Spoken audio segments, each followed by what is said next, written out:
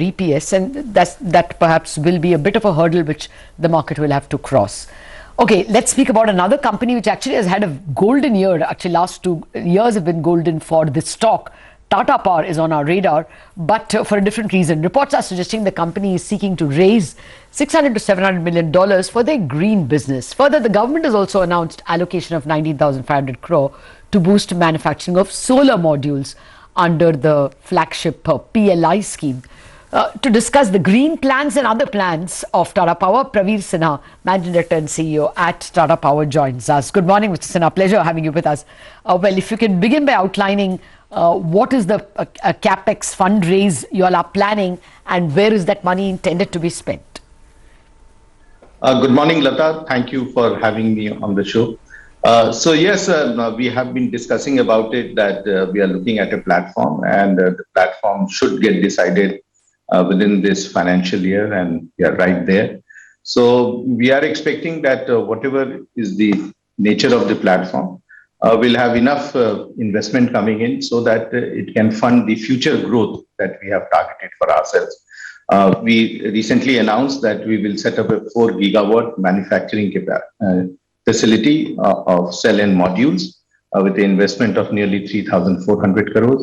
And with the PLI scheme that is there, and also some of the state incentives and concessions, it will become very, very attractive.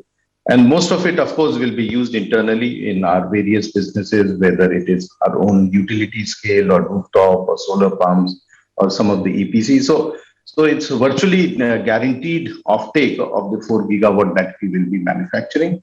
And of course, all our other businesses are doing very good in the renewable space. We have seen a huge amount of traction in rooftop and solar pumps, and also in the EPC business. So we already have an order book of 10,000 crores, and it should get added with some more orders expected in this quarter. So we are very confident that the growth that we have envisaged for ourselves, we'll have enough cash with us to fund this growth, and we'll see much better results. Okay, so Mr. Sinha, good morning. You know, something that the market wants to know then, what is the plan for this? The $6 to $7 billion valuation for renewable segment, is that right? When do you do any kind of fundraise there? Is IPO a possibility? If you could give us some roadmap on that. So the nature of the funding that will be done, that is still under finalization, and we expect that within this quarter, this financial year, we'll be able to close this. And as I mentioned, we are targeting that we will add 2 gigawatt of utility scale renewable projects every year. So that requires nearly 8 to 10,000 crores of investment. Similarly, we have envisaged that we will set up a 4 gigawatt manufacturing facility, and this will come within 18 months, next 18 months. So that is 3,400 crores, and that will require funding, and the money that we will raise in the renewable platform will be used for that purpose. And so also we are doing large number of projects which are known as the group captive, wherein we tie up with large industries, large commercial establishments, and give them renewable power. In some cases, we are talking of 24/7 renewable power that we will give them. And in those structures, 26% equity comes from the buyer of the power, and 74% comes from our side. So again, that's a big opportunity for us, and that's an area that we will be working in the coming year. Okay. Well, I just wanted to know once again what Anuj was asking you, sir. IPO and valuations? Well, till everything is signed in black and white, it's very difficult for me to commit anything. Calendar. We are looking, but we are definitely looking at all options. We are right there to finalize it, and hopefully we should be coming back and sharing the whatever is ultimately decided by the board. Is $6 to $7 billion a right ballpark number to work with for Tata Power Tata Power Renewables? Well, we will have enough funding. That's all I can tell you to fund the growth that we are looking at. So there is going to be enough of money that we will be getting to ensure that whatever growth plans are there, that does not get impacted. And to that extent, what is the actual amount and things like that, we can only share once we have finalized and the board has approved. Mr. Sinha, and you said this will be, so you're not giving us an exact figure, but this will be, we will get to know the details by when, you said? You began by answering that. If you could just answer that. But and we are also, expecting this platform, whatever structure, etc., it's going to be, what is the split of investments going to be across the value chain? Broadly, if you can give us an idea. So this investment will be exclusively for renewable business. So that means we'll have every year about 2 gigawatt of investment. So 2 gigawatt means about 9 to 10,000 crore of investment that will be required. Of course, this money will be used as equity contribution for these investments. Similarly, the manufacturing facility that we will be setting up, we will require investment in that, and this will fund the same. And the third large investment that will come will also be in the group captive that we are working with large number of industries. We already are doing a huge amount of work within the Tata Group as also outside. And all those investments all those growth will require investment. And this money that we will get will be used for the platform. Okay. But in renewable itself, the government announced the green hydrogen policy as well. So are you only into solar modules, or do you go the entire chain, also attempting green hydrogen and probably fuel cells at some point in time, since you alluded to the entire Tata Group working on these lines? Absolutely right. Right now, we are looking at only the renewable part of the hydrogen that will be set up. That's our core competence, and we want to restrict it till such time we develop, or other companies within the group develop that knowledge on the hydrogen manufacturing, especially the electrolysis. Okay. But as far as the green hydrogen is concerned, our exposure will be limited to the renewable power and the low-cost power that can be sourced and supplied. Okay. We didn't discuss your bread and butter business at all, Discoms. I mean, that's still bringing the bulk of the money.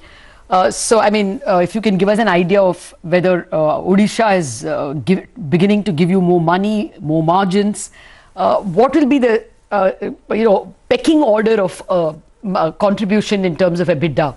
Will it be Discoms? How much will it grow? And then EPC. What's the pecking order of EBITDA contributions?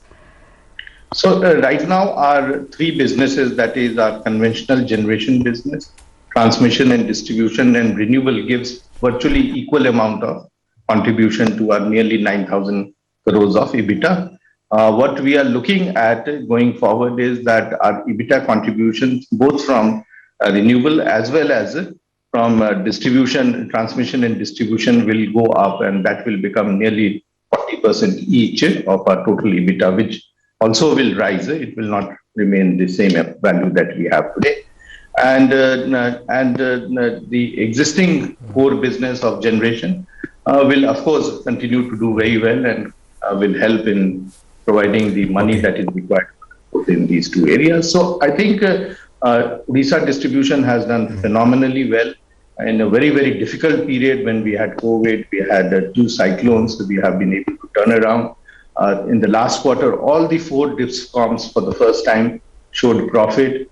And I expect the quantum of profit will increase in every quarter, in this quarter as also in subsequent quarters. And we expect that it will start giving us the full returns from FY24 onwards. FY23 will be, of course, much better than what it was in FY22. So I think Odisha Discom is again a big demonstration that how a private entity can turn around a loss-making Discom, and how better quality service and reliable service can be provided to the consumer, both in urban and rural areas. Okay, Mr. Sinha, from my side, one last question on this EV space. What next in terms of the infrastructure? I think you had some tie-up with TVS and HPCL, but any further plans in this space? So we are virtually tied up with all the big names in the automobile, whether it is JLR or Tata Motors or MG Motors, and And we are also getting into the two-wheeler space where we tied up with TVS. We've tied up with oil companies, so HPCL, BPCL, IOCL. We are also working with many of the other retail outlets where we can provide these services. So I think the objective is that how do we enhance our presence in various cities as also on intercity expressways. And our next program is Kashmir to Kanyakumari, K to K, and we will be having at every 150 kilometer a charging station so that seamless travel for people having electric vehicles can take place. So that's very much there. We are already about 1,300 public chargers, 5,000 home chargers. Next year we'll possibly cross about 7,000 EV chargers all over the country, and we are expecting that this will grow as the penetration of electric vehicle increases. Mr. Sinha, last question from my side. 2 points actually. One, are you completely ruling out a big foray into green hydrogen, or are you saying it's too early to evaluate?